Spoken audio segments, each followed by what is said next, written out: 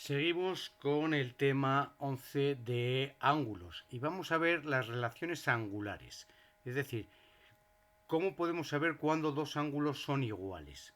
El primer caso son lo que llamamos ángulos de lados paralelos. ¿Mm?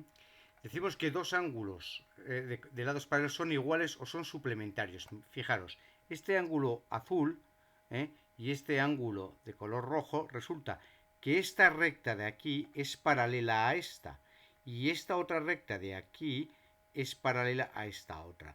Por lo tanto, son ángulos cuyos lados son paralelos y por lo tanto son iguales. Ahora bien, podríamos decir que también podrían ser suplementarios.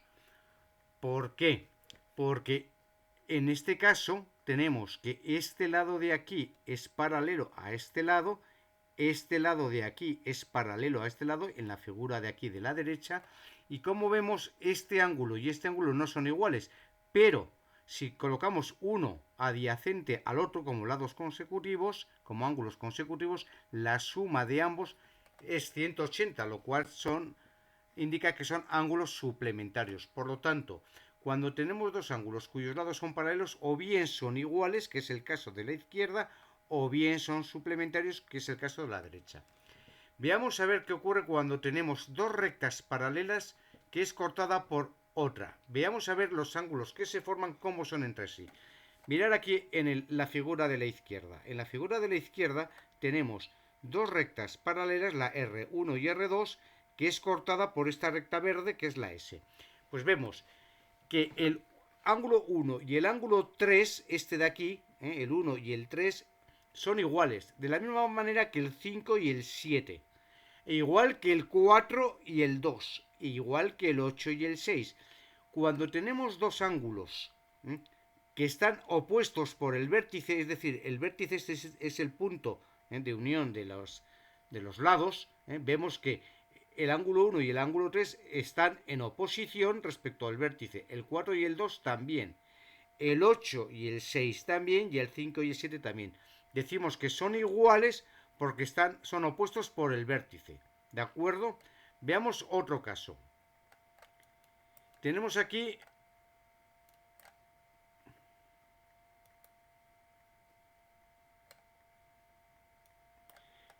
otro caso. Veamos este de aquí.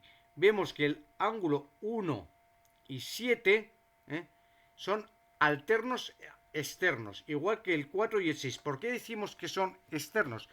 Decimos que son externos porque están fuera de la recta, de la zona entre las rectas R1 y R2. 1 está por arriba, el 6 está por abajo, el 4 por arriba y el 7 por abajo. Y como vemos, dentro de R1 y R2 no hay ningún ángulo. Pues decimos que se llaman alternos porque uno está a la derecha y el otro está a la izquierda. Como veis, el ángulo 1 está fuera de las rectas o R1 y R2, está a la derecha de S, y 7 también está fuera de las rectas R1 y R2, pero a la izquierda. Y decimos que son alternos externos. Igual le pasa al 4 y 6, que son alternos externos. Pues el ángulo 1 y el ángulo 7 es igual al ángulo 4 y al ángulo 6, por lo que se llaman alternos externos. Veamos aquí a la derecha. En la figura de la derecha vemos que tanto el ángulo 2, el 3, el 5 y el 8 están dentro de las rectas R1 y R2. Por lo tanto, son ángulos internos. Y vemos que el 2 está a la derecha de la recta S, mientras que el 8 está a la izquierda de la recta S. Es decir, están en lados contrarios de la S. Por eso decimos que son alternos. Y en este caso son alternos internos porque están entre las dos rectas. Pues los ángulos que son alternos internos también son iguales. Es decir, que el ángulo 2, el azul, es igual al ángulo 8, también, azul también. Y el ángulo 3 es igual al ángulo 5, y en este caso porque son alternos internos. Veamos ahora este de aquí arriba, a la derecha. Vemos que están uno dentro y otro fuera. Es decir, el 1 está fuera de las dos rectas y el 5 es interior a las dos rectas. Pero vemos que en cierto modo son ángulos de lados paralelos, puesto que este lado del ángulo 1, que forma la recta R1, es paralelo a este lado del ángulo 5 formado por la recta R2, porque R1 y R2 son paralelos.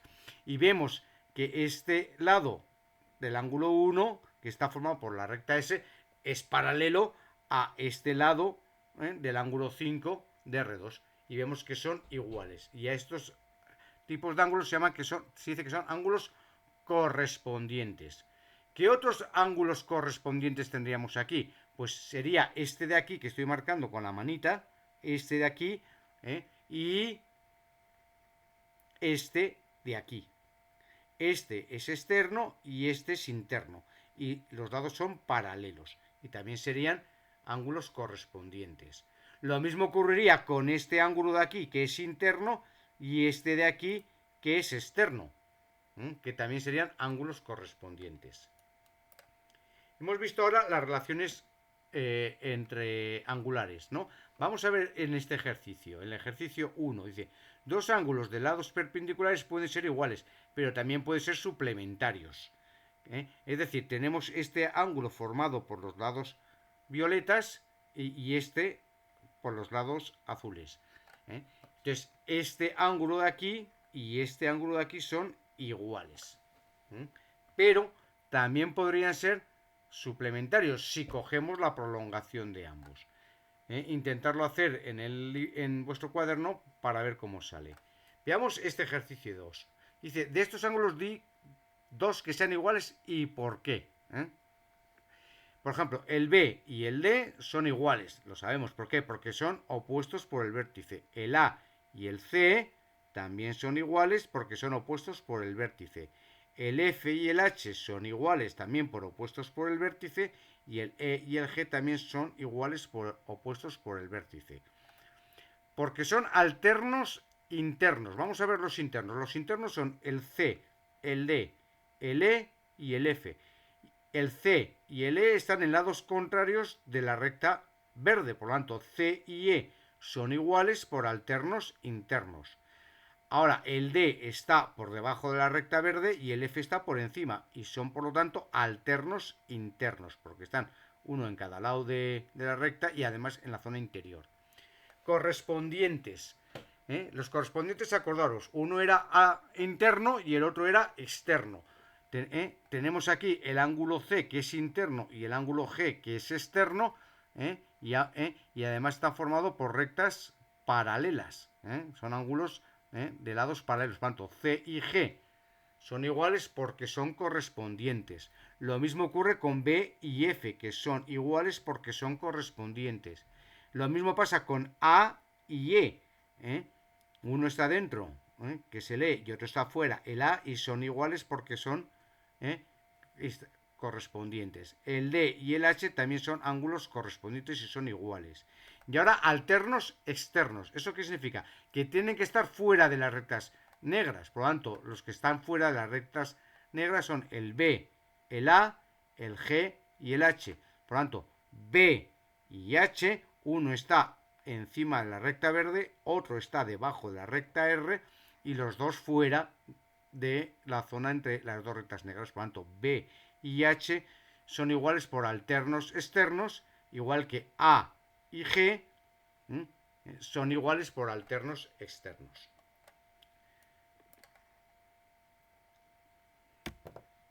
Vamos a ver los ángulos de un polígono.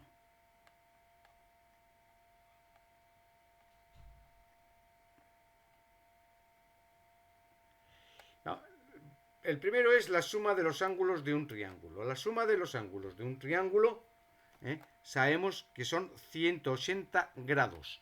Ya sabemos medirlos y sabemos que la suma de los ángulos de un triángulo rectángulo suman 180 grados. Es decir, que este ángulo violeta, este ángulo amarillo y este ángulo azul, si los midiésemos con un transportador y los sumásemos, daría 180. La suma de los ángulos de un cuadrilátero, cualquiera. Un cuadrilátero es aquel que tiene cuatro lados. Si veis esta figura de aquí, tiene cuatro lados. El lado AB, el lado BC, el lado CD y el lado AD. Pues la suma de estos cuatro ángulos suman 360. Claro, si nosotros unimos dos vértices opuestos, el B, el D y el A, el C, por ejemplo, en este caso en el dibujo han unido B y D, vemos que tenemos un triángulo que es el BDC, que tiene los ángulos azules, y por ser esto un triángulo, estos tres ángulos suman 180. Pero también tenemos otro triángulo que es el ABD. Y estos ángulos amarillos, por ser un triángulo rectángulo, un triángulo, suman también 180. Pues 180 que miden los ángulos de este triángulo más 180 que miden los ángulos de este otro triángulo, la suma de los dos sería 360. ¿Qué ocurre si lo que tenemos son un polígono de n lados? En el dibujo de la figura vamos a ver qué tipo de polígono sería. 1, 2, 3, 4, 5, 6. Por lo tanto es un polígono de 6 lados. Fijaros, con un polígono de 6 lados yo puedo formar 4 triángulos uniendo, como veis, vértices que no sean consecutivos, que sean alternos. Este con este, este con este y este con este. Y hemos formado 4. Es decir, que cuando tenemos n lados, en este caso 6, puedo formar 4. Si tuviésemos, como en el caso de arriba, que era el cuadrilátero, 4 lados, podemos formar 2. Si tuviésemos 5 lados, podríamos formar 3. Es decir, siempre podemos formar 2 triángulos menos que lados tiene mi polígono. Y sé que cada uno de los triángulos suma 180. Por lo tanto, la suma de los ángulos de un polígono de n lados será 180 por el número de triángulos que puedo formar. Y como veis aquí sería 180 por n menos 2, porque n menos 2 es el número de triángulos que puedo formar con un polígono de n lados. Si el polígono es regular, ¿qué quiere decir que un polígono es regular? Que tiene todos sus lados iguales, de la misma longitud. Pues en ese caso, si hacemos esto, resulta que todos los ángulos miden lo mismo.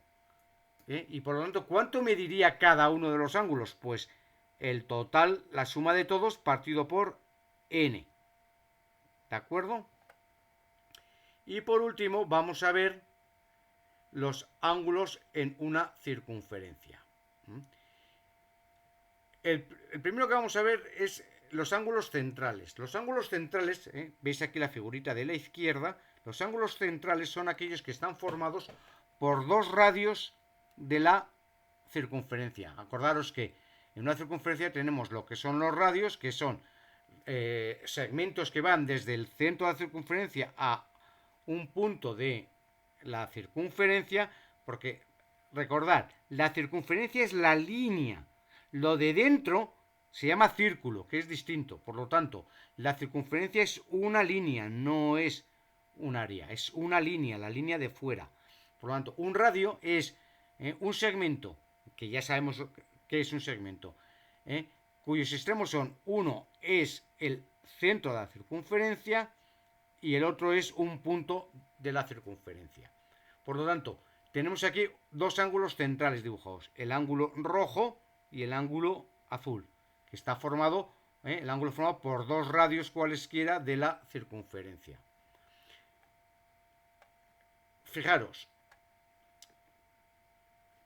a todo ángulo central, fijaros en esta figura de aquí de la derecha, a todo ángulo central le corresponde un arco, que es la longitud, la línea de circunferencia comprendida entre los dos puntos de la circunferencia, A y B, delimitados por los lados de este ángulo central. Este ángulo central tiene como extremos OA y extremos OB. Por lo tanto, el arco es la línea de circunferencia o el trozo de circunferencia comprendido entre A y B. Claro, también podríamos haber considerado el otro arco, que es el externo, este de aquí. Que sería no el que va, no este de aquí rojo, sino el negro que va por fuera. Normalmente solemos considerar como arco el pequeño. De los dos arcos que se pueden formar con 2 radios, el pequeño. Llamamos ángulo inscrito en una circunferencia a los ángulos que se forman teniendo el vértice del ángulo en un punto cualquiera de la circunferencia y los extremos en otros puntos distintos. Por ejemplo, en este caso tenemos el ángulo A, que está como vértice en un punto de la circunferencia. Acordaros, toda recta, o todo segmento, mejor dicho, que une dos puntos cualesquiera de la circunferencia se le llama cuerda. En este caso, AM une dos puntos de la circunferencia y este segmento AM se le llama cuerda. Este segmento AN, el azul, también es otra cuerda. Por lo tanto, un ángulo inscrito es el ángulo formado por dos cuerdas que tienen uno de los extremos común, en este caso el A. Este ángulo B también es otro ángulo inscrito, porque está formado por dos cuerdas, la BM y la BN, que tiene también un extremo común, las cuerdas, que es el B. Y el C y el también es un ángulo inscrito. Pues cuando tres ángulos o dos ángulos inscritos tienen el mismo arco, en este caso el ángulo MAN, este ángulo A de aquí, tiene este arco. El B tiene el mismo arco MN y el C tiene también el mismo arco MN. En ese caso, cuando los ángulos inscritos abarcan, porque se llama así, abarcan el mismo arco, entonces estos ángulos son iguales.